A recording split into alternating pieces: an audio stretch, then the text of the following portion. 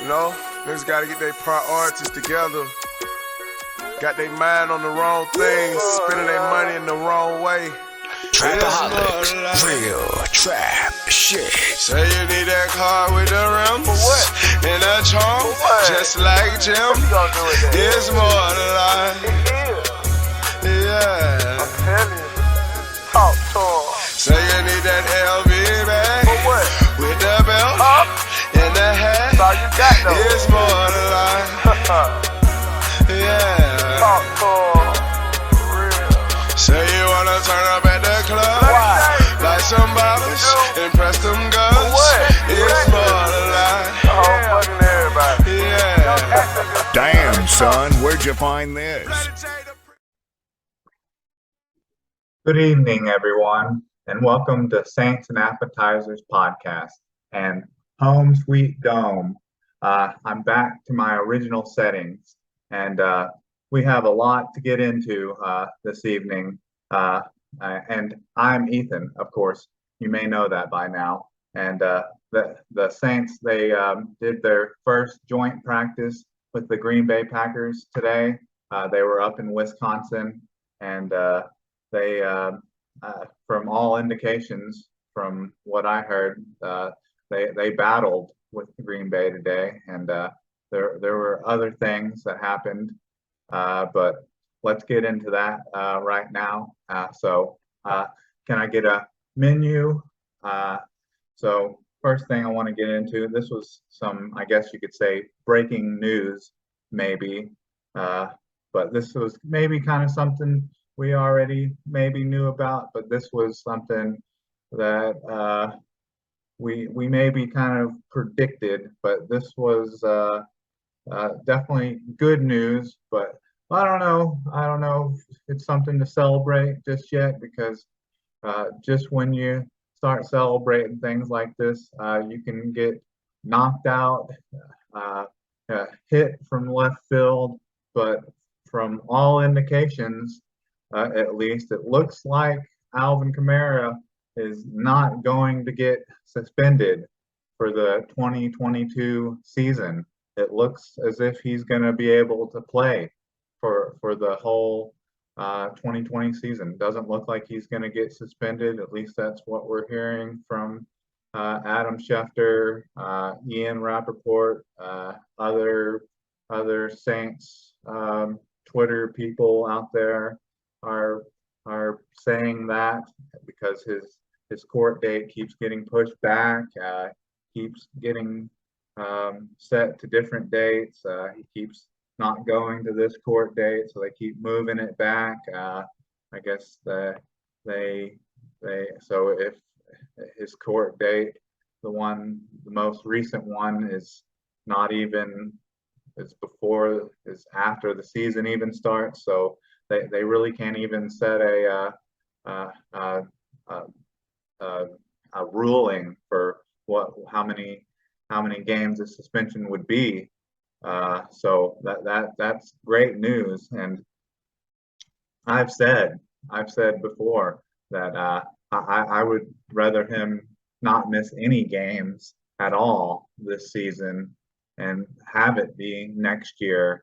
And my reasoning for that is because Alvin Kamara is going to be 27 years old this year, and the running back position is there's a short shelf life for the running back position, and this quite possibly, I know a lot of people don't want to hear it. Everybody loves Alvin Kamara, but with it being such a high contact position, this could be possibly Alvin Kamara's last elite great season, his age 27 season. So you really, if you could avoid it, you really don't want anything just interrupting that with suspensions or anything. So to have missing no games in that age 27 season, because who's to say how good he would be at age 28, 29, 30, so that he's going to miss no games in his age 27 season is a great thing to hear. And if that's truly what the case is, that he's not going to miss any games this season, and that it's going to be moved over into the next season, which is this age 28. Because I would imagine if you were to do some kind of research and to seeing how many great seasons running backs have had at the age of 28 and so on, I would say there hasn't been many great seasons. I'm sure there have been. I'm sure there has been a select few, but I would imagine that there are more great seasons at the age of 27 than at the age of 28. So that is really great news, breaking news, I guess you could say. And that was on, I guess that was on Monday that we found out about that. But I wouldn't celebrate just yet, because a lot of times stuff is like hearsay, and with Roger Goodell and the NFL in general, the moment we start to celebrate something like that, before you know, his court date or something crazy like that could be changed, or even the NFL in general would just be like, oh well, we don't care, we're gonna suspend him anyways, without a court date ruling or anything. And another thing that I'm interested in, because I haven't seen it, but sometimes when I read Facebook comments or Twitter comments, people talk about the surveillance video, and people having seen it and how bad it is and stuff. Maybe I'm not in the know, maybe I'm out of the loop or something, but I haven't seen it. Is it available? Is it out there? Someone needs to let me know, because some people talk about how horrible it is, and how Alvin Kamara was like beating him down, and how Alvin Kamara was such a horrible person, and how awful the video was. I haven't seen it. Where is it? Is it actually out there to be seen? Because like when I go on YouTube, it's not there. It's just a bunch of clickbait picture articles, and when you click on them, the actual video is not there.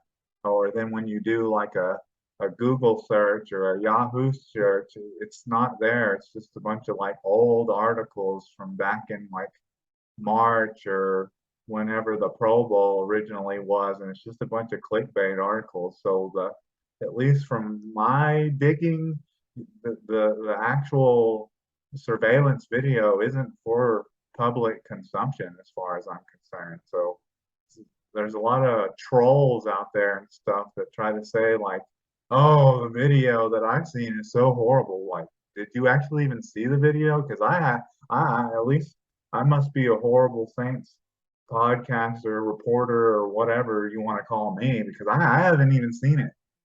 So, anyways, but that's good news, I guess, if you want to call that good news. It is good news. But anyways, what happened also happened on Monday. I guess the Saints had to cut down to 85 players. They're slowly. I guess it's slowly. I'm surprised they even really cut down just 5 players from 90. Ooh, that's a big cut down, because I know once they start cutting down, there's a big cut down from like 85 to 90. There's a huge cut down, because it used to be a lot more gradual, but at some point when they do these cut down, there's a big cut down from whatever they're at to 53. But they cut 5 players to what they had to cut down from Sunday to Monday, and they added a couple players, most notably because obviously they're definitely thinking that they need linebacker depth. And one of the players that they added, because we keep harping on that, it seems like a subject that we keep coming back to, is the linebacker depth. Is they added Jalen John Bostick, and then a familiar name in Jalen Johnson, which he was a player that they had last offseason, and it looked like he had a pretty good training camp and offseason for the Saints, but he ended up not making the team. and actually played like I think like 12 games for actually. Speaking of the team that we played our first preseason game for, the Houston Texans, put up some decent stats. Had 12 combined tackles, 11 solo, 12 assists, 2 tackles for loss, 1 quarterback hit, which and a fumble recovery. But that's not horrible for a rotational backup defensive tackle. That was his 2021 stats. But the one that's most notable and definitely of need was John Bostick, who they added, and he I think would definitely add some linebacker depth to the team, and it's hard to say what he would really add to the team because he's been a pretty solid linebacker up until the 2021 season when he only played in 4 games, because of the 2 prior seasons to that. And I'll just list off his 2020 season. He was really good up until then. The 2020 season was probably his best season. I mean, he had an interception, 3 pass deflections, 3 sacks, 118 total tackles, 61 solo, 57 assists, 6 tackles for loss, 6 quarterback hits. Like that is a really good, but you got to take into account he's 31 years old. For a lot of players, when they come to that age, they're sometimes out of the league by then. But then he must have had some kind of serious injury that caused him to only play in 4 games in 2021. But if we're getting any player that's any semblance of the player that he was in 2020, I mean, that he would be a great backup rotational player that the Saints really need for linebacker depth. Because if we keep talking about it on here, and then the Saints keep looking for someone, then obviously it's a problem. Obviously it's a need. But obviously the Saints are slowly cutting down, and obviously they're looking for a linebacker. And then and next thing, looks like on Tuesday, looks like Jameis Winston is slowly on his return. He returned on Tuesday, but didn't look like he was really practicing. I guess you could say he was in limited practice capacity, I guess. But from the stuff I saw, it looked like he was more just doing Jameis, being Jameis, and that looked like he was just signing autographs and standing on the sidelines. But he was dressed. He had his red contact jersey on and stuff. But maybe that was just so a fan wouldn't tackle him. But that's good. Good to see that he's out there and walking around on his little footsie, which that's a good sign. That's a good sign to see him out there after a little injury scare, and hopefully that's a good sign for things to come. Hopefully he's going to be fully healthy, and hopefully in a couple of days he'll be back out there practicing. But I don't think he really got much work in. But it's good to see that he's slowly progressing and getting back out there. But I don't think he really did anything. It looked like he came out for practice at first and then kind of went back in. Not sure if he even had his pads on, but he went out first for like signing autographs and stuff, and then went back to the locker room, and then came back out and was just standing on the sideline, just watching practice, not really doing anything. And then Lattimore had a lot of comments after practice. He had a lot to say, and a lot of that was talking about Paulson and Deebo, and that was something I kind of missed. I kind of missed on the last podcast when talking about the preseason game against the Houston Texans. I didn't mention Paulson and Deebo, and I should have, because on those first two drives, and the first being the first drive, the defensive drive that the Saints had when they had the 3 and out. That was Paulson Deebo had one of the big defensive plays there, which was a tackle for loss. He came up like a torpedo getting a tackle for loss, and I think he's a camp star. He's a camp darling so far, and that's not fake. That's not facade. That's not phony. Because we saw how good he was last year. So he's not an Andy Turner. He's not a Joe Morgan. He's real. He's a real player. He was drafted in the 3rd round. Everyone knows his story coming out of Stanford. He set out the COVID year. So if that wouldn't have happened, everyone knows that he would have been a 1st round draft pick. And he it looks like he's developed coming into this into his 2nd year, and he's showing that he probably would have been a top 15, top 10 draft pick, would have been a 1st round draft pick if he wouldn't have set out, or maybe waited till the 2022 draft to come out instead. And Marshawn Lattimore had some stuff to say, and let me read off these comments that Marshawn had about him on the difference from Paulson to Deebo from year 1 to year 2. Just his approach, he was a dog last year. This year, you can see he matured a little bit with everything, his technique, everything. Be on the lookout for Paulson Deebo for sure. Like if he just can you just imagine if Marshawn Lattimore and Paulson Deebo, just imagine if Paulson Deebo is even a semblance. Like, could you imagine if they're like just as good as each other? Could you imagine having like 2 lockdown corners, and the Saints pass rush is as good as it is?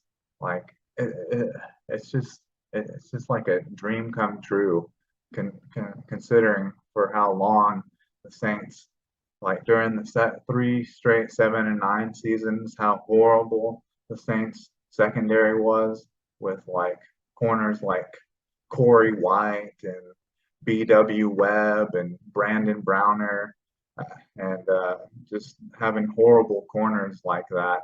And then you're going to turn around and have 2 elite Pro Bowl corners like this on your team. And then you've added guys like Alontae Taylor, and now you're possibly going to have these type of guys on your team. And then just not even mentioning, it's just easy to forget people like Bradley Roby and C.J. Gardner-Johnson, who's kind of a slot nickel safety type of guy, but it's definitely a different position from outside corner. But still, he's a corner.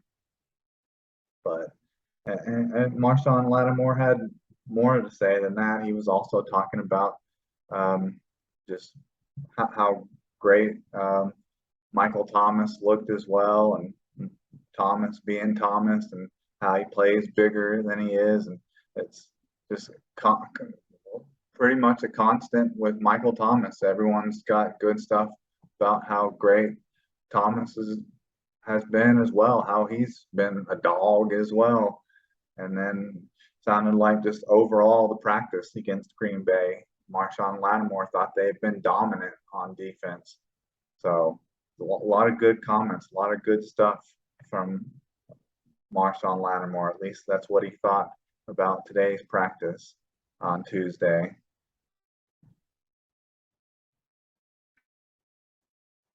And now this may be the most important comment or subject of the day from Tuesday's practice, and this came from Vaughn Johnson. Now you're telling me Vaughn Johnson had never had cheese curds before. Now I guess this man has never lived. You tell me this man I guess he's never experienced life if he's never had cheese curds before. Fried cheese. I mean, you can fry everything. If you're from New Orleans or Louisiana or just the South in general, you haven't figured this out by now. You can fry anything. I mean, come on, fried cheese. And I can't say I've really had cheese curds from too many like established restaurants, but I've had them from Freddy's Frozen Custard and Dairy Queen before, and they're good. You can't have free cheese curds with they go pretty good with a marinara sauce or some ranch. They are pretty good now. Fried cheese curds are pretty good now. Uh, and that's pretty disappointing. He needs to live life. But I've seen some people posting some that they were having from some restaurants in Wisconsin. I've never been to Wisconsin. Maybe that's where they originally originated from. But Juwan Johnson, you need to get with it. You need to maybe try some other stuff that they fry in New Orleans, because they anything you can think of, they'll fry it up for you. But that's the saddest thing I maybe heard from Tuesday. And then just some of the joint practice stuff. I guess that was just sticking with the whole Wisconsin thing, and maybe with the linebacker thing I mentioned earlier. It looked like uh, let's see, Ryan Ramczyk. He's from he's actually originally from Wisconsin.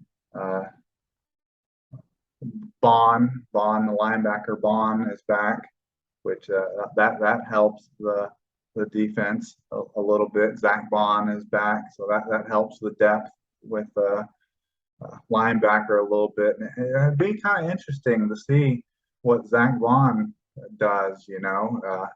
Be interesting if he's improved any at all from what he was last year. It's kind of, when you think about him last year, the first preseason game from last year, he looked so amazing. And then from there, it was just all downhill. And then all he was helpful on was special teams. And from the comments and stuff I read from Twitter and all of that, is basically all he was talking about was just how he helps on on special teams.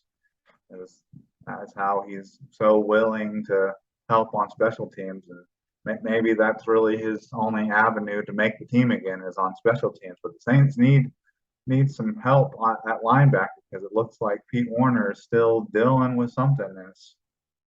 It's funny and not funny, but there's so much talk. Like, once again, there's so much talk coming into this season, this off season, this training camp, about how there's so much depth at linebacker and how there's so much promise with how good Pete Werner was going to be. But now looks like he's constantly dealing with something. He's hurt with something.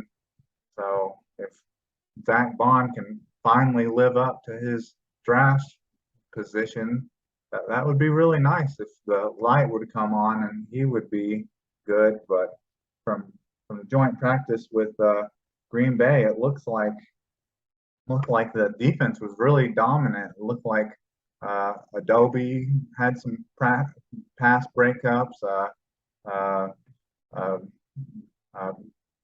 Bradley Roby maybe had an interception off of Jordan Love, and looked like just like Marshawn Lattimore. It looked like sounds like the defense really dominated and was out there doing their thing for the most part. But of course, Aaron Rodgers, he's going to get his no matter what. He's going to get his. But sounds like the defense went out there and did their thing. But then it should probably be understood that the offense did good to okay from what I'm hearing. And sounds like Michael Thomas was out there jawing and getting after it with Rasul Douglas. And he had a couple plays where things maybe kind of stalled in the red zone and had a couple plays broken up against him. But it's good to hear he's out there battling and not worrying about his ankle and getting out there and contacting with other teams' players in practice and these joint practices other than his teammates. So it's good to hear that he's getting out there and getting physical. That's good to hear. But the preseason game that's coming up, I guess that's Friday, and I'm guessing this is at Lambeau Field. This is at Green Bay, August 19th at 7 p.m. and that is Friday. And make sure here that is Friday, and I guess I'm gonna go out on a limb here. It didn't hit true again, but I'm gonna go out on a limb here again, and I'm gonna say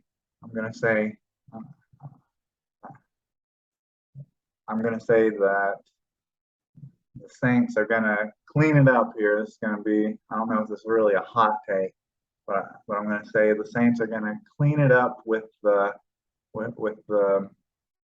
turnovers. They're not gonna have as many turnovers. I'm gonna say they're gonna have one turnover, and they're gonna look overall sharper on offense. They're just going to look overall sharper on offense. I can't say that Ian Book is going to look exponentially better. He's not going to look, just amazing, I guess I can't say. But him looking better is going to lead to less turnovers. I guess I can say that. And Trevor Penning will look better. He's not going to keep getting roasted by second, third string edge rushers, pass rushers, defensive ends. And because of that, I believe that the Saints will win this game. How about that? And let me throw up a score, because the Saints lost the last game. What was it? That was 13-17. The Saints will win this game. Instead of fumbling away their touchdown last time, they will win this game 20-17. And with that, I think that's all I have for you this evening. And with that, can I get a check, please?